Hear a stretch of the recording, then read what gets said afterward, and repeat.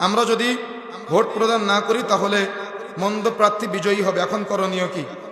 আল্লাহর নবী বলেছেন, যে ব্যক্তি চেয়ে নেয় তোমরা তাকে দিও না। এটা কে বলেছে? আল্লাহ রসুল বলেছে। এখন আপনি বলতেছেন যদি না দিই তাহলে মন্দ প্রাপ্তি হবে, তাহলে এটা আল্লাহর নবীর কথার সাথে বিপরীত হয়ে গেল না? এখন আপনি আল্লাহর নবীকে বেশি মানবেন না আপনার যুক্তিকে বেশি মানবেন? কে কি করতেছে ওটা আমার দেখার বিষয় না।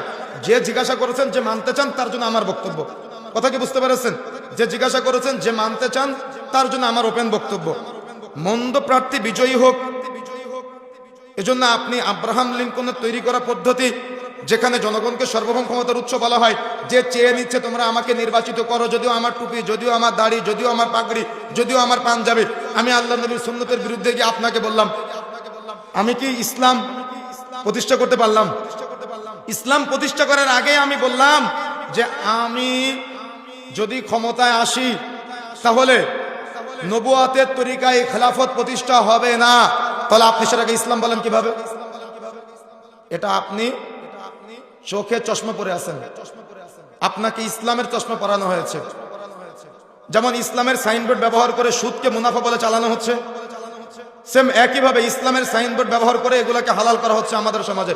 আপনি যাই মনে করেন না কেন, স্পষ্ট বক্তব্য, আব্রাহাম লিঙ্কনের তৈরি করা পদ্ধতি জনগণ সর্বভৌম ক্ষমতার উৎস।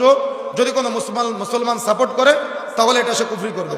কথা কি বুঝতে পেরেছেন? সুতরাং যদি আপনি বলেন বিধান কি, যদি আপনি বলেন মন্দ প্রার্থী বিজয়ী হবে, এটা আপনার নিজের বক্তব্য।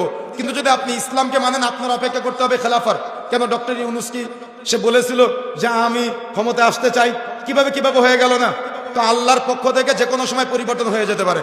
আর আল্লাহর নবীও সেটা বলেছে, নবুয়াতের তরিকায় আবার খেলাফত আসবে, সেটার জন্য আমাদের অপেক্ষা করতে হবে, ধৈর্য ধারণ করতে হবে, আল্লাহ প্রতি সর্বোচ্চ সন্তুষ্ট থেকে আমাদের অপেক্ষা করতে হবে, চেষ্টা সুন্নত মোতাবেক করতে হবে। কিন্তু সুন্নতের বাহিরে গিয়ে আমরা আমাদের যুক্তিমতো চেষ্টা করলাম, যুক্তিমতো মানুষের কাছে ইসলামকে সাইনবোর্ড হিসেবে ব্যবহার করলাম, এটা উচিত না। এটা হলো ইসলামের সাথে খেয়ানতি করা। এটা থেকে আমাদের বিরত থাকতে হবে। আর যদি এটা বলা হতো যে আমরা পরিপূর্ণ ইসলাম সমর্থন করে কোরআনের আইন প্রতিষ্ঠা হবে, পরিপূর্ণ 100% প্রতিষ্ঠা হবে, পর্দার ক্ষেত্রে চুরি করলে হাত কেটে দেওয়া হবে, বা অন্যান্য যত ইসলামের বিধান আছে এই বিধান প্রতিষ্ঠা হবে, কিন্তু রাসূলুল্লাহ সাল্লাল্লাহু আলাইহি সাল্লামের নিষেধকৃত বিষয়, অর্থাৎ যে আমাকে দাও আমি এখানে আসব, এই পদ্ধতি বহির্ভূত সুন্নত পদ্ধতিতে 5 জন মানুষ সিলেকশনের মাধ্যমে একজনকে নির্বাচন করে নির্ধারিত করে দেয়, আমরা এগুলোর সাথে জায়েজ, এগুলোর সাথে আমরা সম্পৃক্ত আছি। কথা কি বুঝতে পেরেছেন? কিন্তু যে ব্যাপারে ইসলাম নির্দেশ দেয় নাই, যেটাকে আল্লাহকে বৃদ্ধা